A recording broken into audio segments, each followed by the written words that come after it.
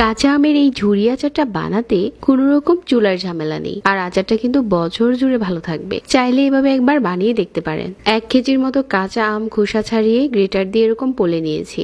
এখন একটা স্পেশাল মশলা বানিয়ে নিয়েছি। 2 টেবিল চামচ মৌরি, 3 টেবিল চামচ আস্ত ধনিয়া, 1.5 টেবিল চামচ জিরা আর 1 চা চামচ মেথি। কুচি করা আমের মাঝে দিয়ে দিচ্ছি কাঁচা মরিচ কুচি।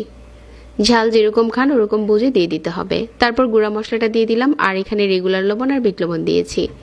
চিনি দিয়ে দিচ্ছি 3 টেবিল চামচ। চিনিটা চাইলে এখানে স্কিপ করতে পারেন, তবে দিলে একটা টুইস্ট আসে। এই মশলাগুলোর সাথে একটা সাইডে রেখে মিশিয়ে নিচ্ছি।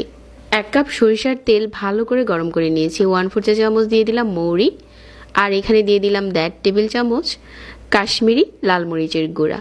চাইলে কিন্তু এখানে রেগুলার লাল মরিচের গুঁড়াটাও স্বাদ মতো অ্যাড করতে পারেন। এখন এই তেলটা কুচি করা আমের উপরে ঢেলে দিচ্ছি, আর ভালো করে নেড়েচেড়ে মিশিয়ে নিচ্ছি। এই পর্যায়ে এখানে অল্প একটু সিরকা দিতে হবে, তাহলে আচারটা বছর জুড়ে ভালো থাকবে। নর্মাল ফ্রিজে রেখে দিতে পারেন, এই আচারটা 1 বছরের মতো ভালো থাকবে। আর যদি ফ্রিজে রাখতে না চান তাহলে এটা মাঝে মাঝে একটু রোদ্রে দিতে হবে। তেলটা এরকম উপরে বেশি থাকবে। কাঁচা আমের এই ঝুরি আচারটা খেতে দারুণ মজার।